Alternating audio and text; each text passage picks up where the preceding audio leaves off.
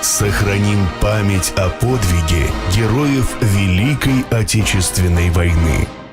В северном районе просматривалось северное сияние. И пожилые люди говорили, это не к добру, это что-то будет, какая-то катастрофа, может быть, даже будет война. Это приблизительно за месяц или за полмесяца до начала войны. Я окончил 7 класс, окончание учебного года было и завершение экзаменов 20 июня. 20 июня расстался со школой. Вечером в конторе деревенской было распределено обязанности, кто на какой технике будет работать во время сенокоса. Я был закреплен на тракторную сенокосилку. Утром 21-го пришли на работу. Нас каждый тракторист проинформировал, что сделать с прицепным инвентарем. Приступили к работе. Через некоторое время по деревне пробежала детвора и объявили, что приехал директор, всех собирает в садик, будет собрание. Приходим в садик. Опросы сразу было представлено слово секретарю партийной организации совхоза.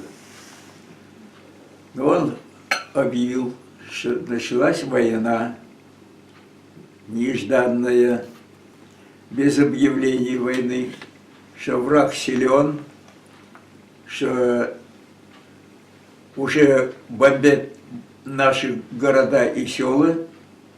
В деревнях и на производствах каждый работал за двоих и без выходных. Вот так я встретил войну. Я бросил учебу, начал работать вместе со взрослыми людьми в совхозе.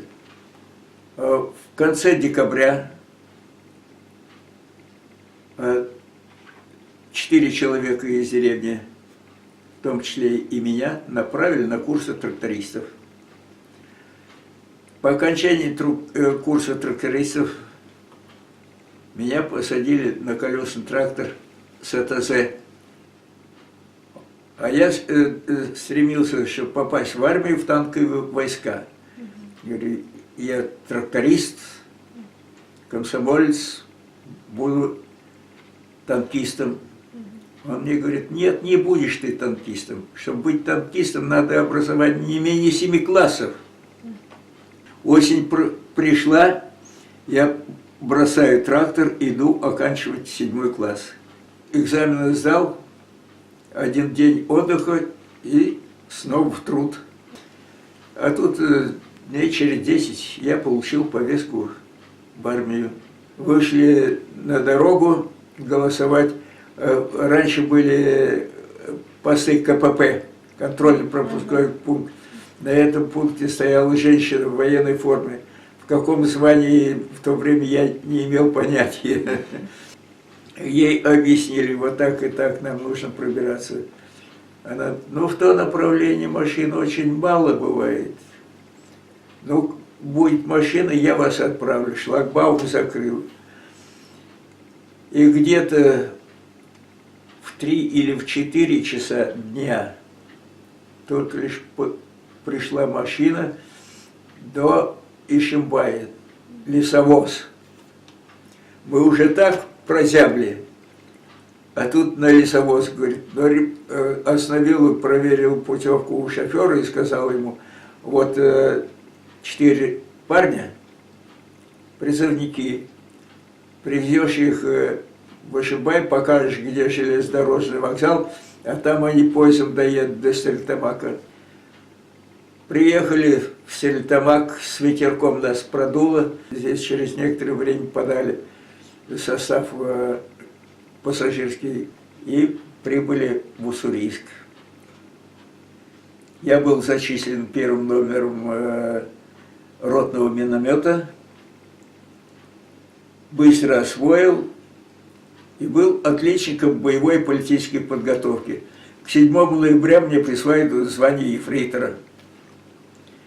А через 1,5 месяца, в конце декабря, с батальона связи пришел специалист связи в батальон, по списку посмотрел, кого выбрать, и выбрал 3 человека для того, чтобы перевести батальон связи. В том числе попал и я.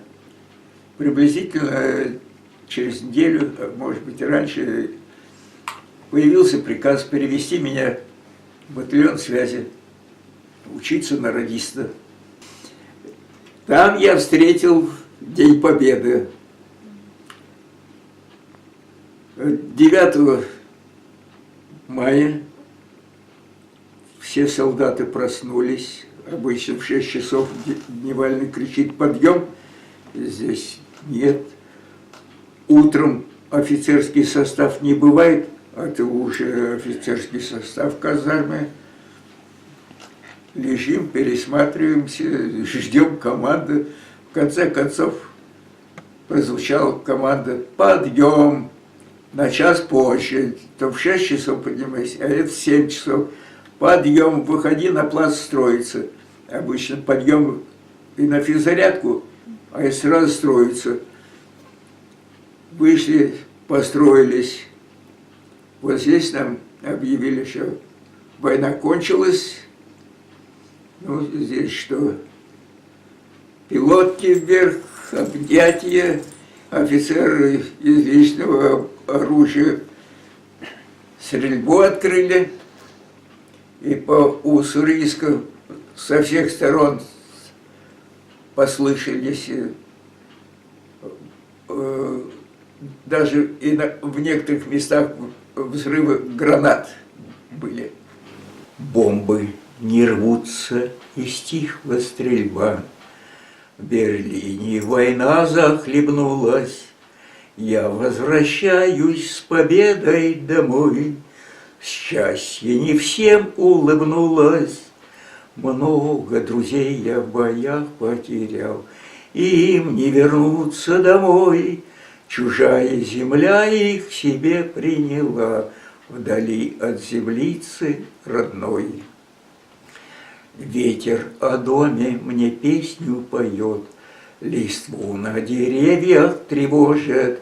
Город родной мне навстречу встает, и будто сказать он мне хочет: «Здравствуй, товарищ и верный мой друг, здравствуй, солдат боевой, я рад бесконечно тому, что ты жив и возвратился домой». Город мой мрачен, но все же живой, свои обнажает он раны, и, кажется, хочет он попросить: «Мой друг, излечи мои раны».